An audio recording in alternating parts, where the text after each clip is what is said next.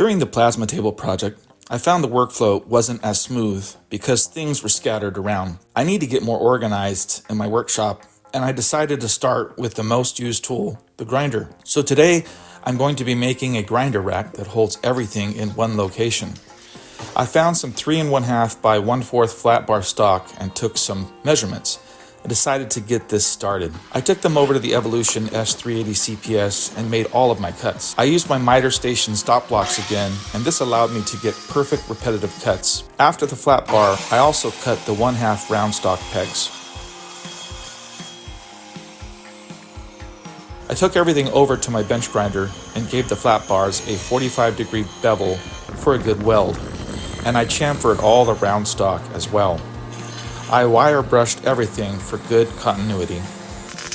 I want to start on the back side of my grinder holder for my base.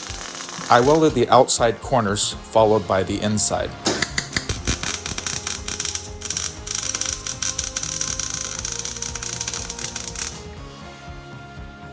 I used my welding table to start the frame. After checking everything was square, I clamped the frame down and started the process, each time making sure everything was square.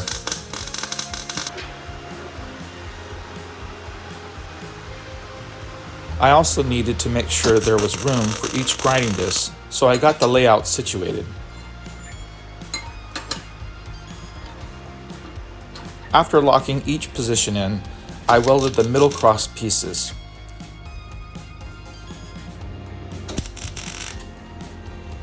After that, I cleaned up my welds. It was beginning to take shape. After cleaning the welds around the base of the grinder holder, it was time to weld the actual grinder holder front piece on.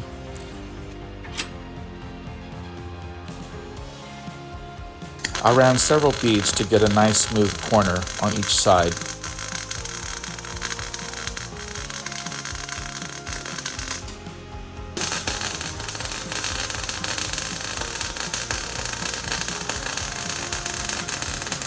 Then I cleaned them up with my grinder. The frame was done.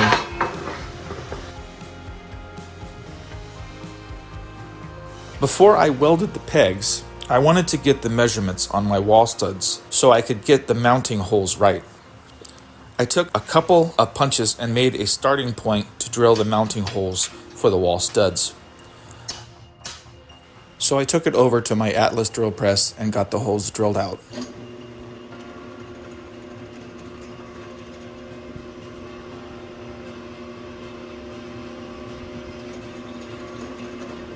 Now to weld the pegs. I originally decided on 3 inches, but finally decided on 5 inches so I could fit more discs. I took care to get them all aligned in an evenly spaced grid and used my magnet arrows to hold them in place while I gave them tack welds. Then I welded them all around the base. Each row was spaced out to allow room for the corresponding discs. After welding, I cleaned up any BBs or anomalies that were around the welds.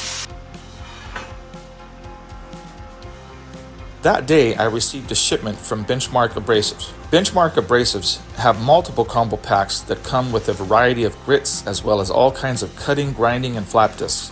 They even have welding hoods.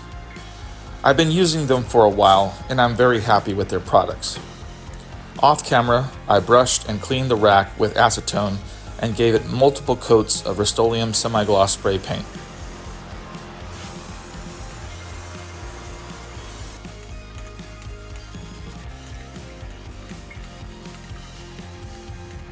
After the paint dried, I mounted the rack on the wall. This rack will also keep me stocked up as well as being able to find what I need quickly. I still have room for 2 more grinders if needed.